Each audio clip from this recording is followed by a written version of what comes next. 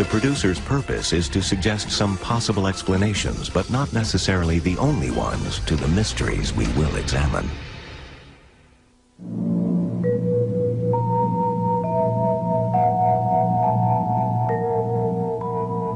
Houdini called himself the master mystifier of the age, the undisputed king of handcuffs.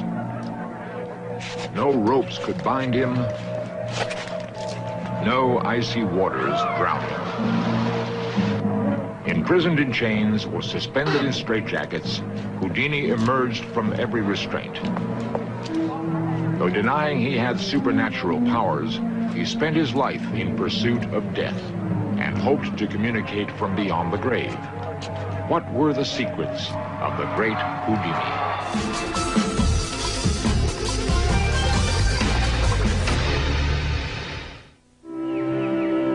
The great Houdini died on Halloween 1926. In death, he remains as enigmatic as he was in life. For years, he visited spiritual mediums and seances, seeking proof of life after death. And shortly before he died, he promised to send word from the beyond, if he could. Houdini was perhaps the best-known escape artist of all time. From the beginning, he was surrounded by mystery. Born Eric Weiss in Hungary in 1874, he would later claim Wisconsin as his birthplace. He was a restless child who rarely slept. His only consolation, the beat of his mother's heart. It became the driving rhythm of his life, an affirmation that all was well, even through difficult times. Magic fascinated young Eric and provided escape from a life of hardship. Already captivated by sleight-of-hand masters, he happened upon a book that would change his existence. The life story and secrets of France's greatest conjurer, Robert Houdin. Taking Houdin's illusions and adopting his name, Eric became Houdini the Magician. These simple props, now in a museum, were among the first that he could afford as he struggled to survive in an already overcrowded field. In an attempt to appear successful, he dubbed himself the King of Cards. While playing beer halls on Coney Island, Harry fell in love with a beautiful young singer.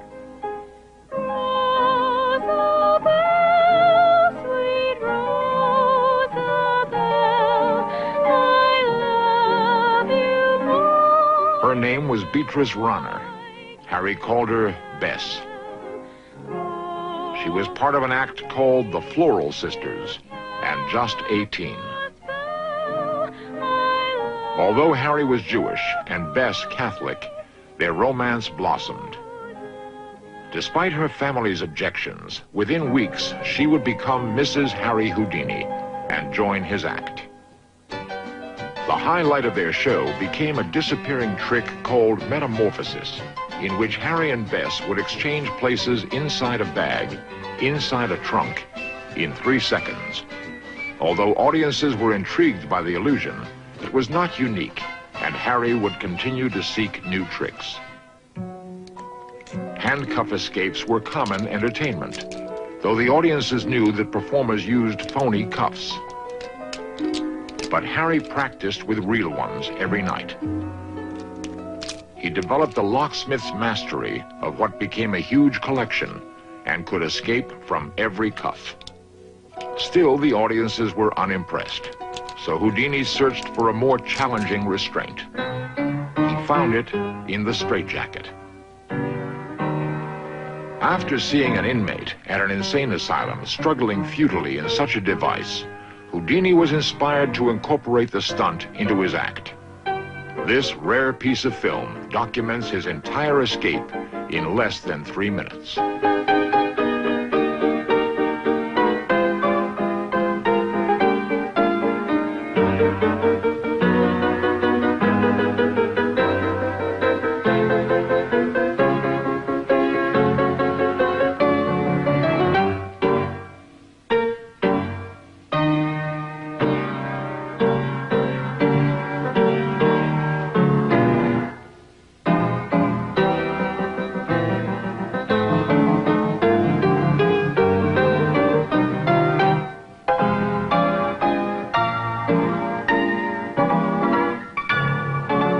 Yet even with the straitjacket, Houdini's climb to vaudeville fame seemed agonizingly slow. He despaired being at the bottom of the bill, below such acts as the tiniest triplets ever born. Desperate for publicity, he dared police to try to lock him in their cuffs. The challenge would become his trademark. Houdini expert and owner of many of his handcuffs is amateur magician Sid Radner. Houdini didn't invent the handcuff escape act, but he did perfect it. Unlike his competitors and the people who preceded him, Houdini took on all comers. Every sheriff, every chief of police, every deputy, everybody from anywhere could bring in handcuffs, ordinary handcuffs, bring them up on the stage. They had to be in good working order, and as long as they were in good working order, Houdini would accept the challenge, and he would proceed to get out of these handcuffs, ordinary handcuffs, just as these are here. Finally, Houdini's skill caught the attention of a major vaudeville booker, and he and Bess started a national tour. They were paid $120 a week. For publicity, Houdini added jailbreaks to his repertoire, allowing police to strip and search him before locking him in a cell. Minutes later, Houdini would appear free, unfettered, and fully clothed. It was not until he toured Europe that he achieved the fame he had dreamed of. Success would stretch his tour to 4 years. France paid homage to the King of Cuffs. German theaters begged him to extend his tour. And in Russia, he freed himself from a Siberian paddy wagon. But escaping from bonds of rope and steel were not enough. To generate bigger audiences for his stage shows, he risked a drowning death.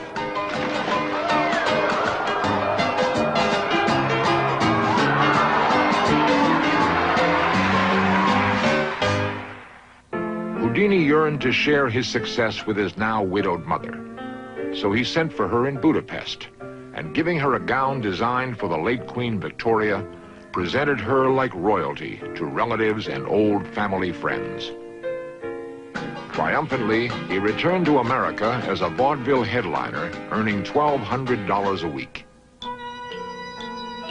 Drumming up business in each new town with increasingly hazardous stunts, it now seemed as though nothing could hold him.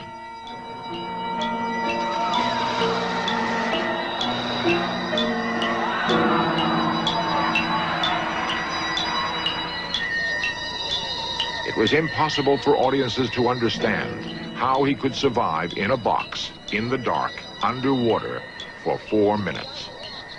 Only the few close to him knew how he picked locks with his toes and even dislocated his joints to escape.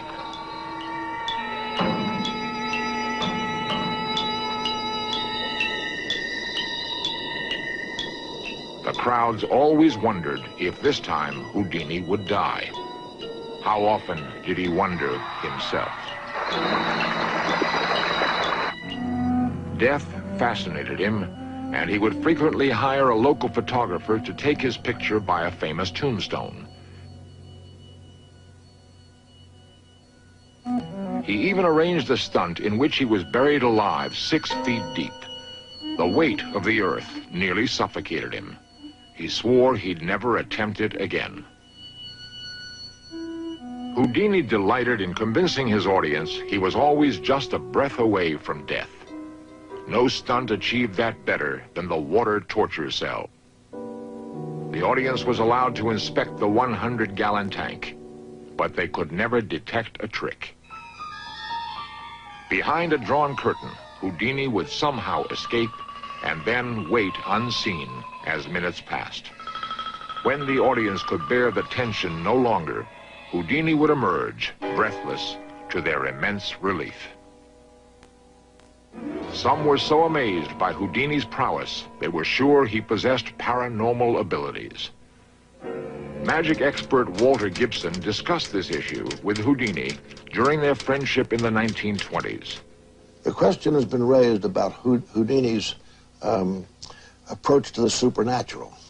Many thought that he had mediumistic powers himself, and that he didn't want to advertise that fact, so he simply pretended that his escapes were normal things. So they thought that the reason that he enclosed himself in a cabinet was to get the darkness that would bring spirit aid, and that he actually would dematerialize from some of these contraptions in which he'd been placed. The more successful Houdini became, the more his mother was proud of him. Ironically, his act grew so popular they rarely saw each other anymore. When he and Bess set sail for another European tour, Mama came to say her farewell. It was the last time they would see her alive. Devastated by the loss, Houdini would spend hours by her grave, hoping for a word from beyond. The vigil became an obsession that would change the course of his life.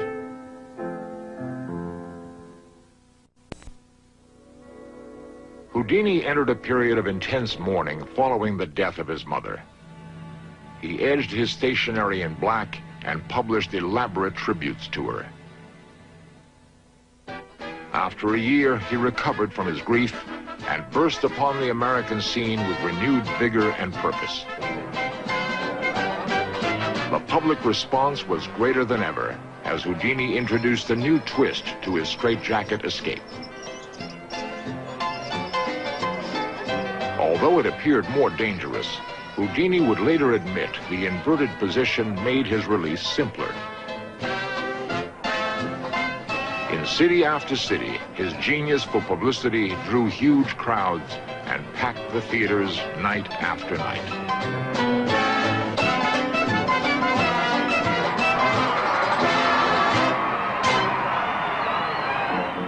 Movies made his tricks even easier.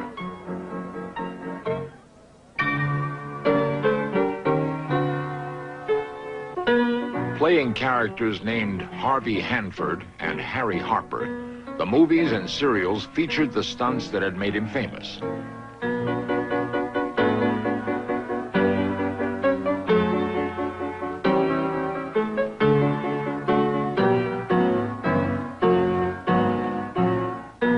Within a few years, he formed his own motion picture company. The theme of his first movie was reincarnation, as Houdini comes back to life from an icy Arctic grave as the man from beyond.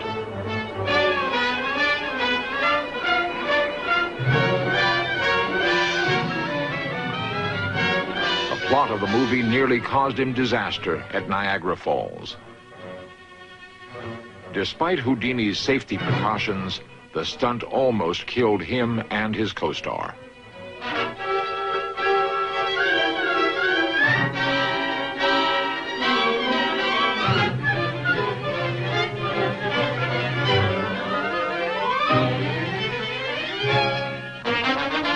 There are those who say he encouraged these brushes with death.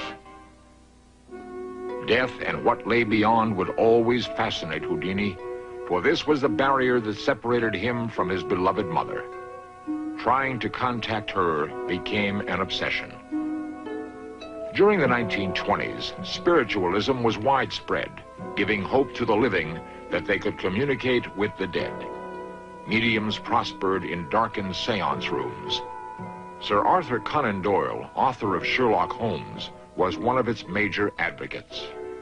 On tour in England, Houdini accompanied Doyle to over 100 seances, but still no messages came from his beloved mother. So great was Houdini's distress and disappointment that Lady Doyle volunteered to use her powers to contact the spirit of his mother. A seance was held, and Lady Doyle began writing in a trance, unaware of the words that flowed onto the paper. "Oh, my darling, thank God at last I am through. I want to talk to my boy, my own beloved boy. Now I can rest in peace." First moved by this demonstration, Houdini later rejected it. Why was a cross drawn when his mother was Jewish? Why was the letter in English when she spoke only German and Yiddish? If Lady Doyle couldn't contact her, could anyone? Walter Gibson recalls Houdini's turn against spiritualism. Now, Houdini respected Conan Doyle, and he knew there were lots of believers of that type. But he also knew that psychic matters, spiritualistic seances, were studded with fakers. And he started out to expose the fakes.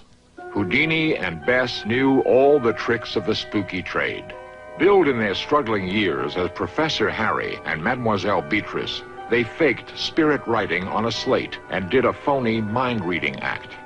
Now he attended seances disguised, exposing mediums in the course of their trickery.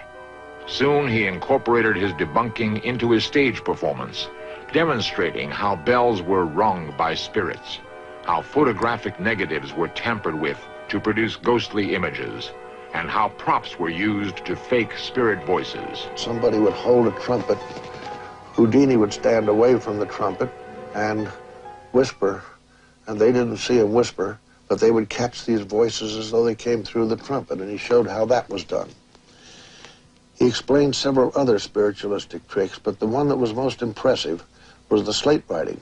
Houdini showed how a medium's accomplice would exchange a blank slate for one with writing, and how some mediums were so skilled they could write spirit messages with chalk between their toes.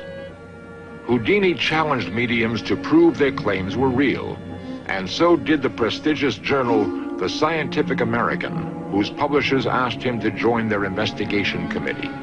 A young medium known as Marjorie claimed to manifest a wide range of psychic phenomena. However, when Houdini devised a special box to prevent her from manipulating objects in the dark, the phenomena ceased. When she failed to collect the award, Marjorie predicted imminent doom for Houdini.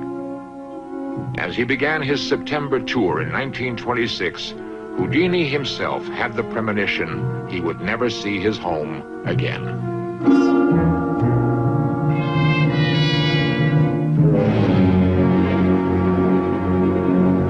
Strangely, Houdini did not die performing a dangerous stunt. While waiting backstage before a show, he was punched in the stomach by a young man who had heard of Houdini's legendary iron midriff. Unfortunately, Houdini was caught off guard and had not prepared himself for the blow. He suffered for a week from a ruptured appendix and peritonitis. He died on Halloween. Houdini was buried in a coffin he had purchased for his act, a stack of his mother's letters under his head. Ironically, even though Houdini was proud of all the spiritualist fakery he exposed, he never lost his hope that there was life after death. While he lay dying, he made a pact with Bess that if it were possible to communicate from the other side, he would do so. They agreed upon a code that would prove the message was really from him. The words that would reunite them were inspired by the song that had brought them together. Rosabelle, believe.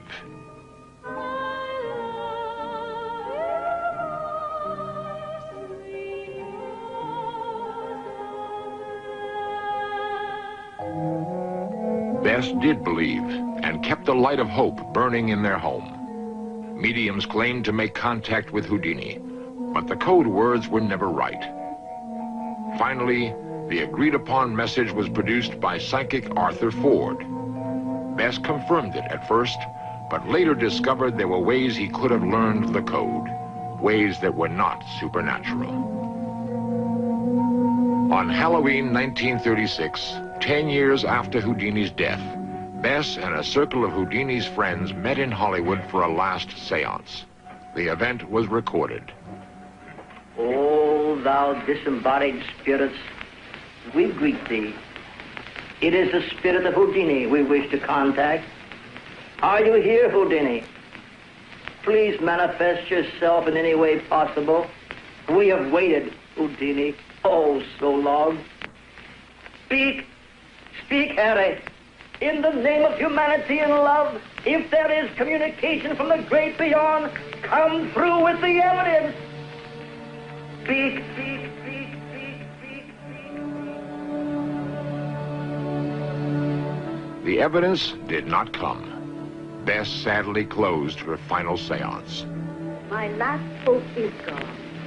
I do not believe that Houdini can come back to me or to anyone. The Houdini shrine has burned for 10 years. I now reverently turn out the light. Good night, Harry. Buried with Houdini was his hope that he could be contacted after death.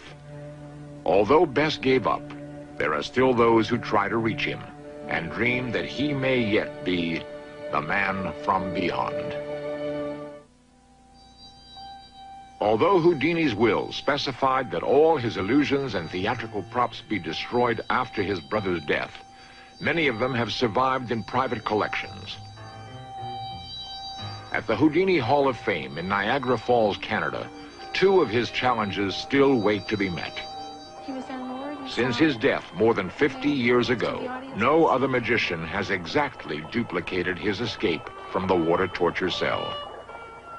And within this envelope is a secret code. So far, no medium has come forth with the precise code words to prove communication with the dead. No one could be more pleased that the challenges continue than the great Houdini.